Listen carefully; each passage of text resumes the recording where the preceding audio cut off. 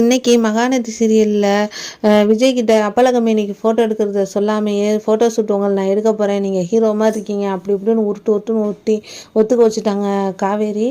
புகழ்ச்சிக்கு மயங்காதவங்க யாராவது இருக்காங்களா? காவேரி சொன்னோன்னு ரொம்பவே நம்ம அப்படி தான் இருக்கமோங்கிற ஒரு பில்டப்பில் சரி சரி நானும் எடுத்துக்கிறேன் ஃபோட்டோ அப்படின்னு சொன்னோன்னு நாளைக்கு எடு காவேரி நீனு அப்படின்னு சொல்லிட்டு திரும்பி பார்க்குறாங்க. அங்கே ராகினி நிற்கிறான்னு, ஓ ராகினிக்காக தான் இந்த க்ளோஸாக உட்காந்து பில்டப் கொடுத்துட்ருக்கியா நீனு அப்படின்னு சொல்லிட்டு அவள் போயிட்டாமா நீ இப்போ பேச ஒழுங்கா அப்படின்னு சொன்னோன்னே, போயிட்டாளா அப்படின்னு சொன்னோன்னே, ஆமாம் ஆமாம் அப்படின்னா அவளுக்காக தான் நீ க்ளோஸாக வந்து உட்காந்து என்கிட்ட பேசிக்கிட்டு இருந்த அப்படின்னு சொன்னோம். இல்லை பாஸ் சொன்னதும் உண்மை பேசினதெல்லாம், ஆனால் அவருக்காக தான் நான் பில்டப் பண்ணேன் அப்படின்னு சொன்னோன்னே, சரி சரி விடு இந்த வாய்ஸ் அவுட்டாலாம் நாளைக்கு ஃபோட்டோ ஷூட் எடுக்கிறதுல காட்டு அப்படிங்கிறாரு. எப்படியோ பாஸை ஒத்துக்க வச்சாச்சு, நான் என்ன பண்ண போகிறோம் எப்படி வச்சு எடுக்க போகிறோம் அப்படின்னு யோசனை பண்ணி நடந்துகிட்டு இருக்காங்க. அப்போ பார்த்தா ராகினி மேலே நடந்துகிட்டே இருந்துட்டு பார்த்து என்ன இப்படி நின்று நான் யோசனை பண்ணிட்டு தெரியுறா, இவளை சும்மா விடக்கூடாது, இருடி சந்தோஷமாக நடந்துக்கிட்டு இருக்க கார்டனில் இரு உன்னை நான் வச்சு செய்கிறேன் அப்படின்ட்டு மேலே அழுக்கு தண்ணி இருந்து மாடியிலேருந்து தூக்கி காவேரி மேலே ஊற்றிடுறான்.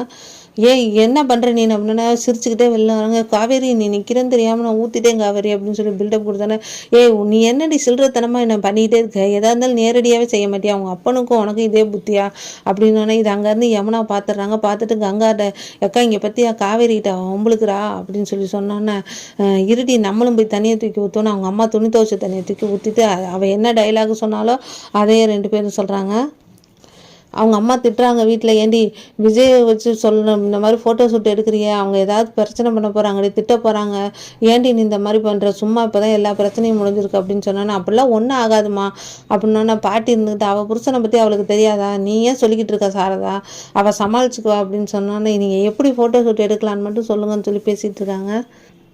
காவேரி டைரக்டர் மாதிரி ஃபோட்டோ வச்சு பார்த்துக்கிட்டே இருக்காங்க. அப்போ தாத்தா என்ன காவேரி பெரிய டைரக்டர் மாதிரி சினிமா எடுக்க போகிற மாதிரி இங்கிட்ட அங்கிட்ட ஆங்கிள் வச்சு பார்த்துக்கிட்டே இருக்கிறா அப்படின்னு சொன்னால், நம்ம அப்பல கம்பெனிக்கு மாடலை வச்சு ஃபோட்டோ ஷூட் பண்ண போகிறேன் தாத்தா அப்படின்னு, என்ன கிடச்சிட்டாங்களா அப்படின்னு ஆச்சரியமாக கேட்குறாரு. ஆமாம் இந்த வீட்டில் தான் இருக்கார், இப்போ ட்ரெஸ் பண்ணிட்டு வருவார் பாருங்க அப்படின்னு சொன்னோன்னா, என்னது இந்த வீட்டில் இருக்காரு, ஆமாம் நீங்கள் அறிமுகப்படுத்தி வச்சது தான் அப்படின்னா, ஐயோ இல்லையா அவன் தானே உன்னையவே எனக்கு அறிமுகப்படுத்தி வச்சோம்னா, தாத்தா அது வேற இது வேற தாத்தா அப்படின்னு சொல்லிட்டு, நம்ம விஜய் தான் அப்படின்னு சொன்னோன்னே, விஜயா ஐயோ அவன் ஒத்துக்க மாட்டானே, அவன் ரொம்ப பில்டப் பண்ணுவானே அப்படின்னா, அவருக்கே தெரியாது தாத்தா அப்படின்னு சொன்னோன்னே, இது ஏமா அவன் ஒத்துக்குவானாமா ஏதாவது சொல்ல போகிறாமா அப்படின்னோன்னே, அதெல்லாம் தெரியும் தாத்தா நான் சமாளிச்சுக்கிறேன் தாத்தா அப்படின்னா விஜய் வந்துடுறாரு.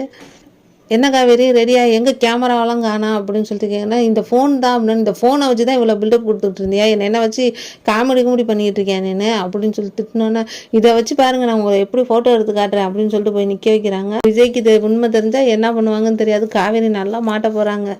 வீடியோ பிடிச்சிருந்தா சப்ஸ்கிரைப் பண்ணுங்கள். தேங்க்யூ.